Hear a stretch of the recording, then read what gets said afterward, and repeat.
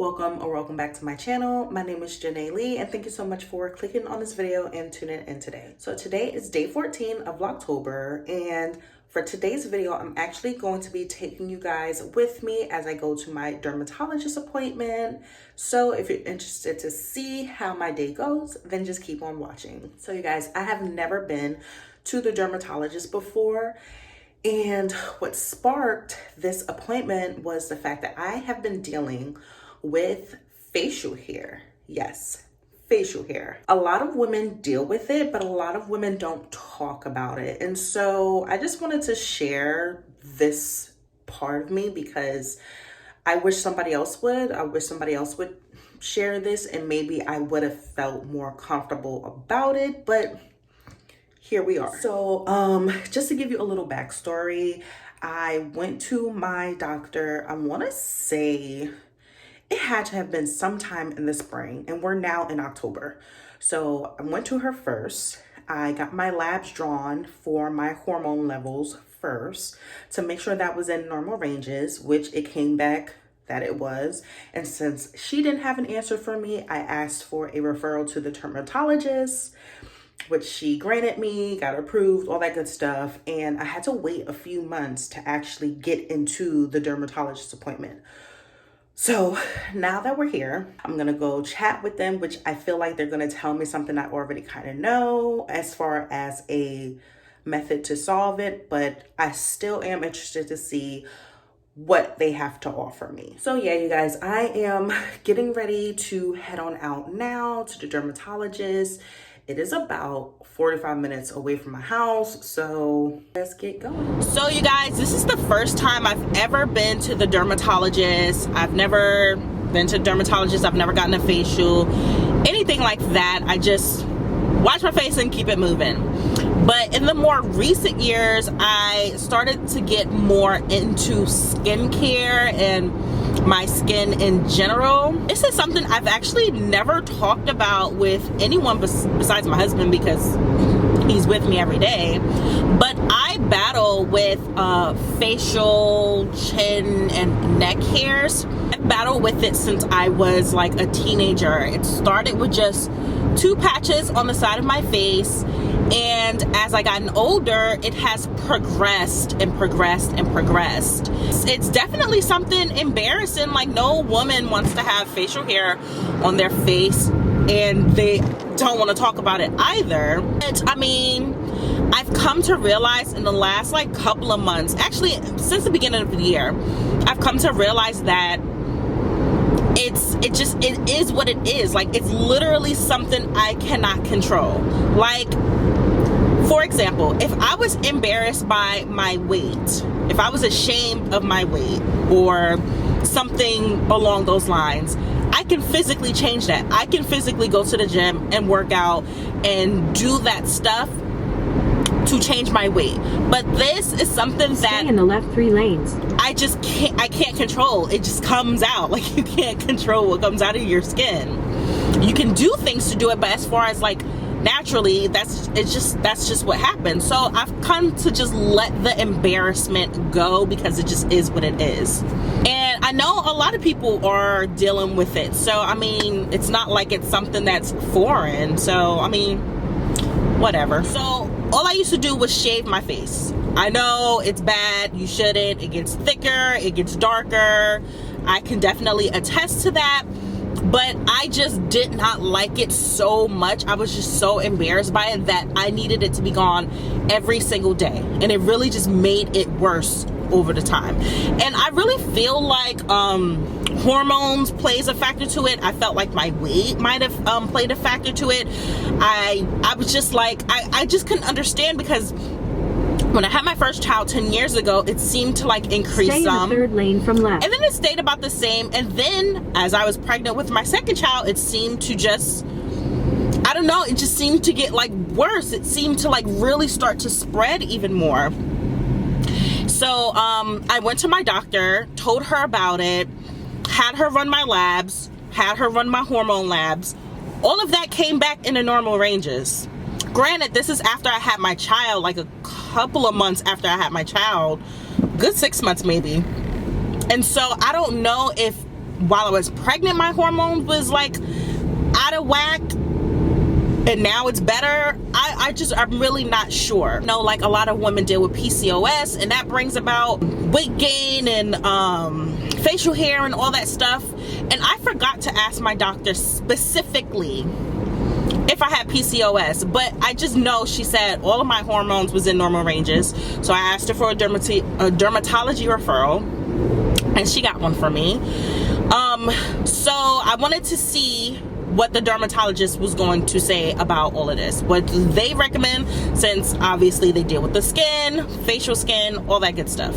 So yeah, like I was saying, I shaved it all the time, and then came the pandemic.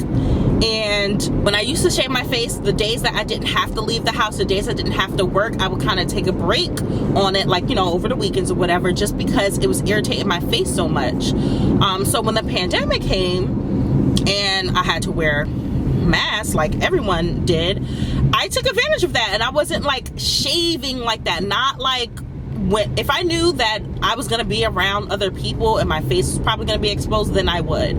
But besides that, I was just letting it do what it was gonna do. I might have covered it with a little bit of foundation just to, you know, cover the hair, but I was leaving my face alone. So this is when I discovered Guidance to Glow, which is Finya's skincare line. If you've never heard of her, I love Jackie Aina, and so I follow her, and that's her esthetician. So Finya is an esthetician. She has her own skincare line. So I decided to reach out to her because she does video consultations and email consultations.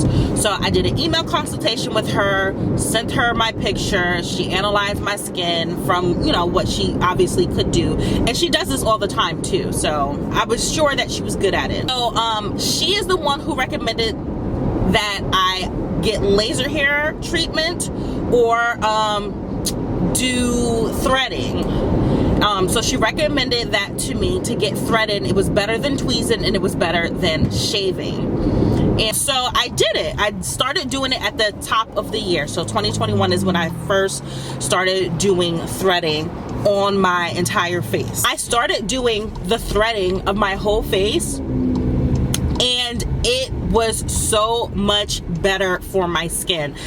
I normally, my facial hair does grow back pretty fast, so I can do about a week and a half in between each session. Like I would go every week and a half, and that's when my hair will start to grow back. But I did notice that it doesn't grow back as fast, it doesn't grow back as thick, and when I keep up on it, it seems to be thinner and thinner and thinner.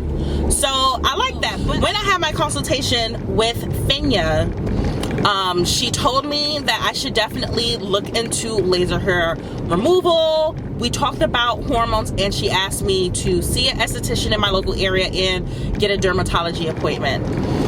Because just because you do laser hair removal doesn't mean that it's going to work if it's an internal issue for the reason why your hair is growing, like your hormones, for example. So I didn't want to spend the money on laser hair removal if I needed to fix other things internally. Does that make sense? I hope that makes sense. Because why? I'm on my way to the dermatologist just to see. So I already did the appointment with my doctor. They said my hormones is together. Okay, cool.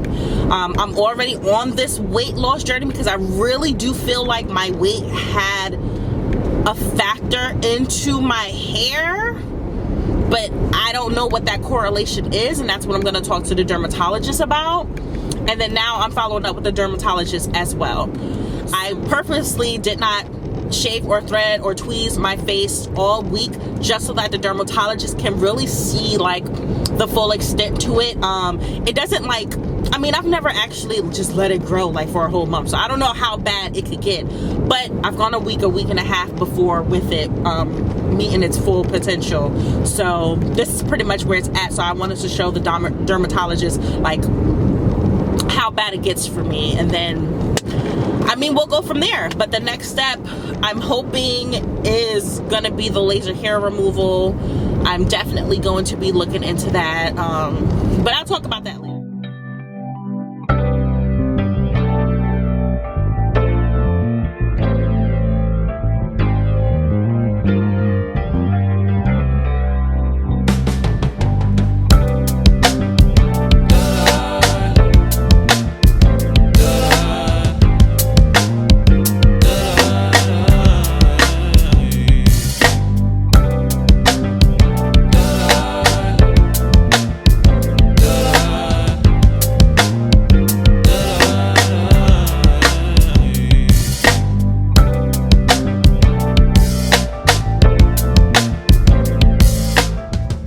Okay, you guys, so I just got back from the dermatologist. There's a lot on my mind right now, a lot to digest. So I'm gonna review that footage and then we're gonna sit down and we're gonna talk about it and really digest into it. Okay, you guys, so I'm just gonna review some of the information that the dermatologist and the laser hair removal lady told me, so bear with me 1 second. I'm gonna be looking at my phone. Okay, so she looked at my face. She took baseline pictures from my chart just to have a compare and contrast later on. She said it looked like hirsutism, which is excessive hair growth on unexpected areas of the body, such as face, chest, and back. She mentioned hormone levels and PCOS are the most common causes of it.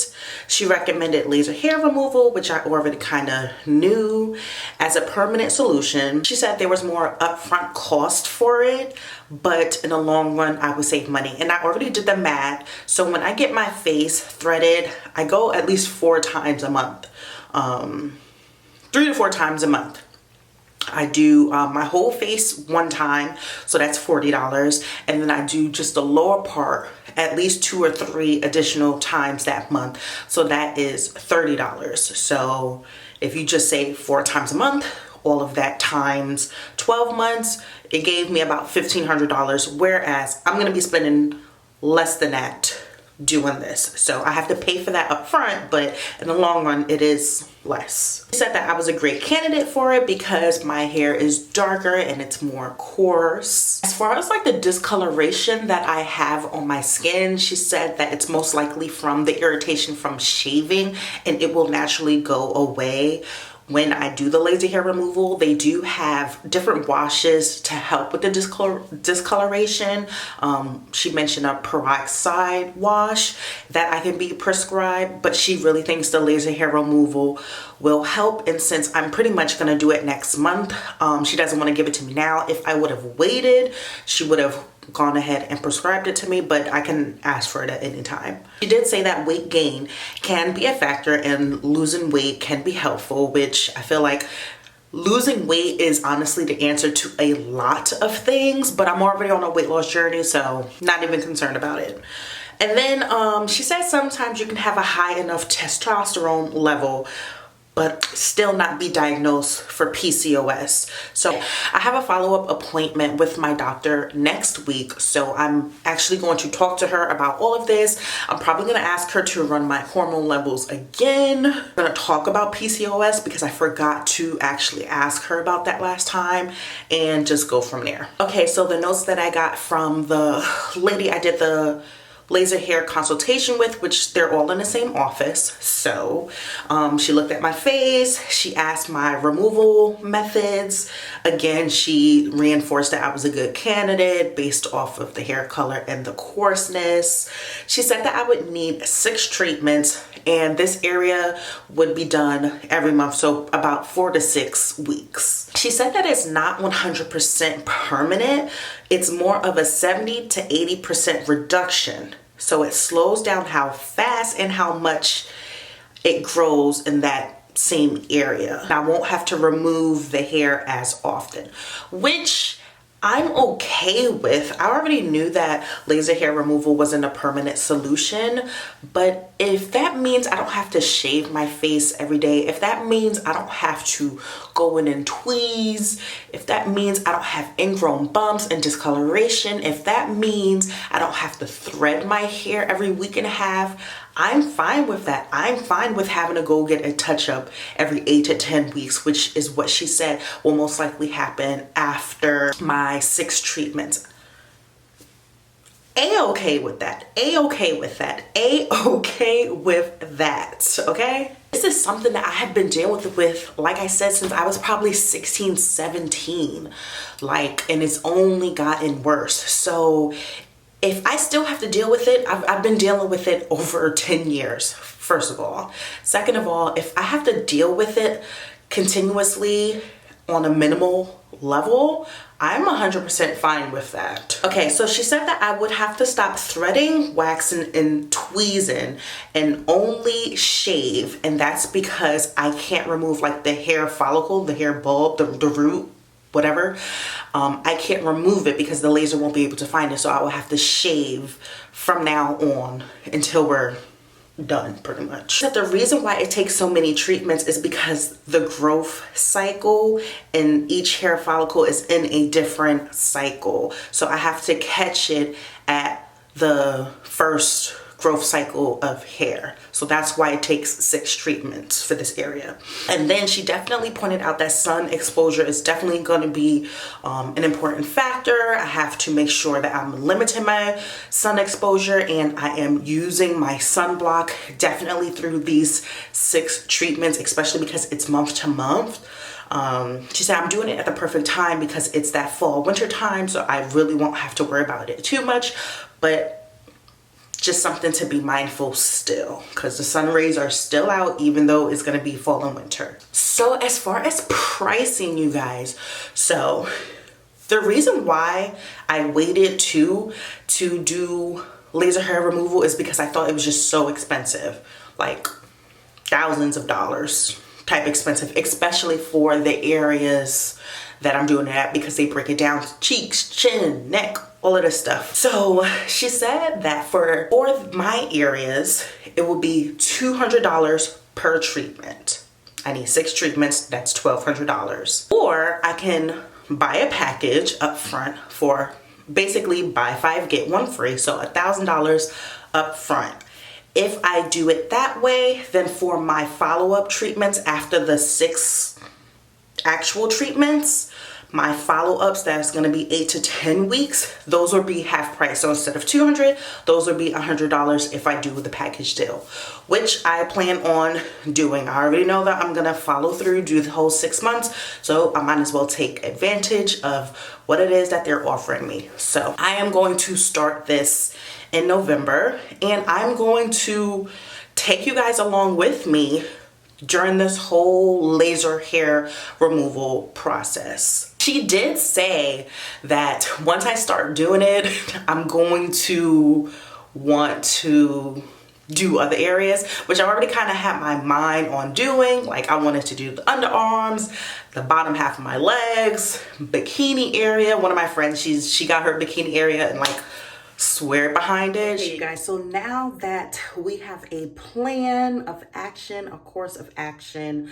I'm gonna go ahead and pull the trigger and get the laser hair removal. I'm going to get it through the dermatologist office instead of going somewhere locally, just because I can go back to the dermatologist if I have any issues with my skin. I was approved for, I believe, 6 appointments, and then I will need to get another referral. So she told me if anything happens, I can always just come on back. So I'm gonna keep everything together, plus it's a whole connected system, so they can just see everything that's going on with the laser hair removal process too. So I feel more comfortable with doing that. Now that I am going to do laser hair removal and I know how I need to treat my skin for the next 6 months, I'm going to figure out if I need any changes with my skincare routine, and make sure you guys stay tuned for part 2 of this, which is basically going to be Vlogtober day 15, but it's going to be a part 2 as far as skincare is concerned, because tomorrow I'm going to show you guys my skincare routine day and night. I'm going to also hit up my esthetician, my online esthetician, let her know how the dermatology appointment went through and see if she has any recommendations or additional advice for me, if she's recommending any additional products, or if she's recommending anything that I need to change with my skincare. Okay guys, so thank you so much for watching. That is all for this video today. Again, make sure you stay tuned for part 2, which is tomorrow's Vlogtober video. If you enjoyed this video, make sure you give it a big thumbs up. Subscribe down below, hit that red button and that bell icon. That way you're notified every single time I post a new video. Drop a comment down below if you are a woman who've experienced facial hair and might have been a little embarrassed about it. Like, it's okay, sis. And on my channel and on my side, we are not going to be judging one another. So this is a supportive community over here. Let's talk, sis, down in the comments below. Thank you so much for watching this video, and I'll see you guys next time.